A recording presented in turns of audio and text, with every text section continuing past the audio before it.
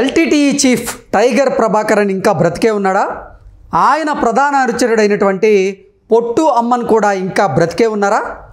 మేలో టైగర్ ప్రభాకరన్ గారు మళ్ళీ గర్జించబోతున్నారా? అసలు ప్రభాకరన్ బ్రతికే ఉంటే మరి 2009లో చనిపోయింది ఎవరు? ఈ అంశాలన్నింటి గురించి ఈరోజు మనం చర్చించేటువంటి ప్రయత్నం చేద్దాం. ప్రస్తుతం మనతో పాటు ఉన్నారు ప్రముఖ రాజకీయ విశ్లేషకులు, ప్రముఖ సీనియర్ జర్నలిస్ట్ దుర్గా వడ్లమణి గారు. వారితో మాట్లాడదాం. దుర్గా, నమస్తే అండి. నమస్తే అండి. ఎల్టీటీఈ చీఫ్ టైగర్ ప్రభాకరన్ గారు ఇంకా బ్రతికే ఉన్నారని, ఆయన ప్రధాన అనుచరుడు పొట్టు అమ్మన్ కూడా ఇంకా బ్రతికే ఉన్నారని, వారు మేలో ప్రజల ముందుకు రాబోతున్నారనేటువంటి వార్త సోషల్ మీడియాలో చక్కర్లు కొడుతూ ఉంది. మరి నిజంగా టైగర్ ప్రభాకరన్ గారు బ్రతికే ఉంటే 2009లో చనిపోయింది ఎవరు? అసలు ఆ దాడిలో ఏం జరిగింది అంటే ఏం చెప్తారు?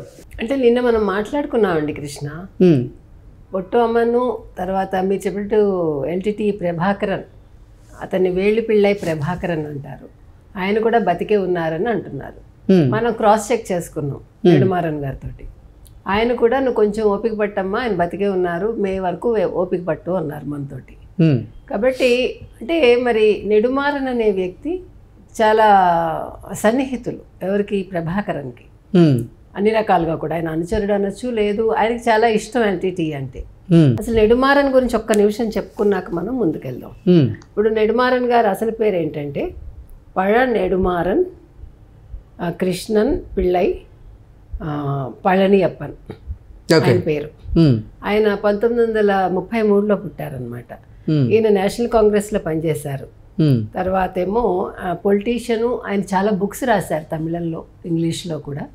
ఆయన మంచి రైటర్ ఆయన. అంతేకాకుండా ఆయన యాక్టివిస్ట్ కూడా.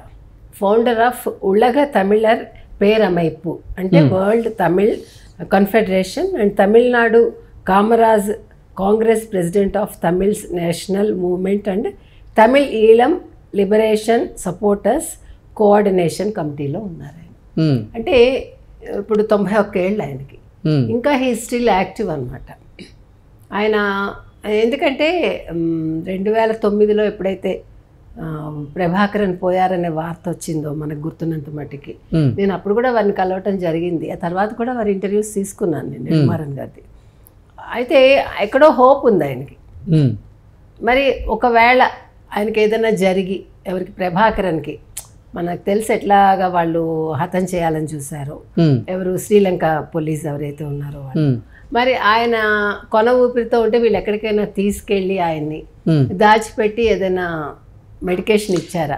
అంటే ఎల్టీటీఈ చీఫ్ టైగర్ ప్రభాకరన్ గారు 2009లోనే మరణించారు అంటూ శ్రీలంక ప్రభుత్వం ప్రకటించినప్పటికీ 2009లో మరణించింది ప్రభాకరన్ కాదని ఆయన బాడీ డబుల్ అన్నట్లుగా కొన్ని వార్తలు వస్తున్నాయి. ఏంటి, నిజంగా ప్రభాకరన్ గారు కూడా బాడీ డబుల్ని వాడారా?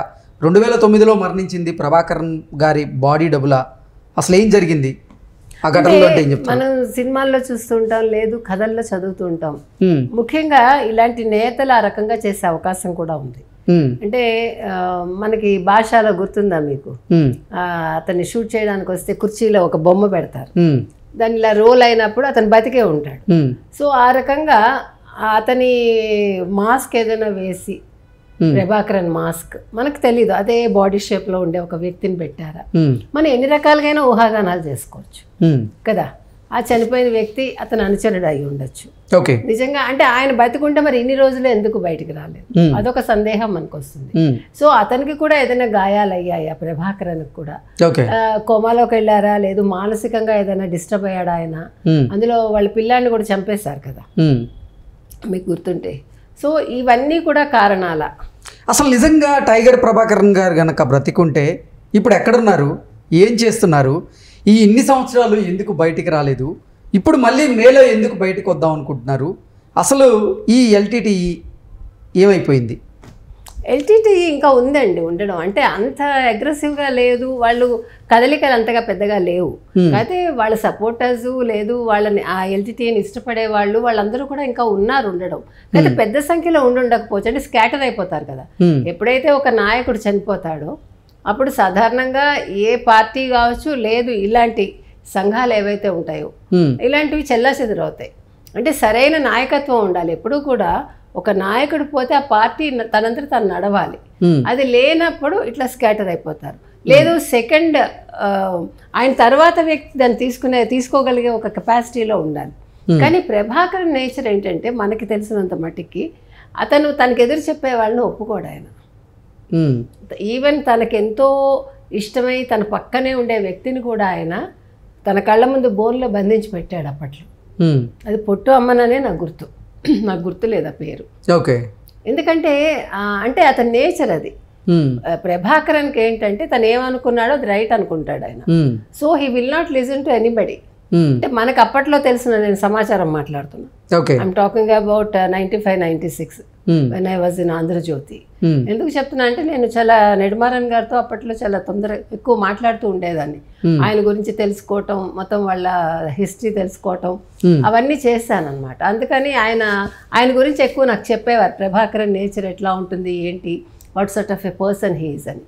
తర్వాత ఇవన్నీ జరిగాక అసలు ఎందుకు అంటే రాజీవ్ గాంధీ హత్య జరిగింది అన్న విషయంలో కూడా నాకు ఒకసారి నేను ఢిల్లీ నుంచి మెడ్రాస్ ట్రావెల్ చేసేటప్పుడు నాతో పాటు ఒక కల్నల్ గారు ట్రావెల్ చేశారు.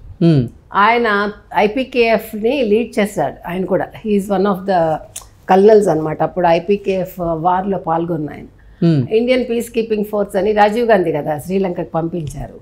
ఆయన ఏమంటారంటే అసలు ఎందుకు రాజీవ్ గాంధీని చంపారు అన్న విషయానికి ఆయన అప్పట్లో నాతో చెప్పింది ఏంటంటే, మేడం యాక్చువల్గా ఎందుకు కోపం వచ్చింది శ్రీలంక తమిళియన్స్కి, లేదు ఈ లిబరేషన్ టైగర్స్ తమిళ్ ఈలం ఏదైతే ఉందో దాంట్లో పనిచేసే ఆడపిల్లలు ఉంటారు కదా, ఈవెన్ శ్రీలంకలో కూడా ఆ చుట్టుపక్కల ఆడవాళ్ళు ఉంటారు, చాలా మంది విడోస్ ఉంటారు.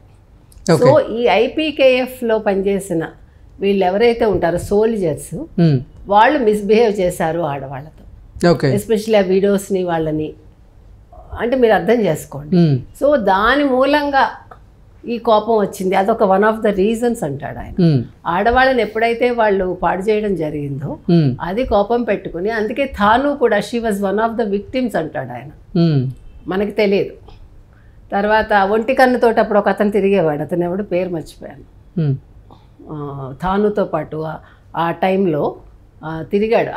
తాను రాజీవ్ గాంధీని చంపేశాక అతను పట్టుకుందామని ట్రై చేసి అతను ఒక మారుతి వ్యాన్లో తిరిగేవాడు.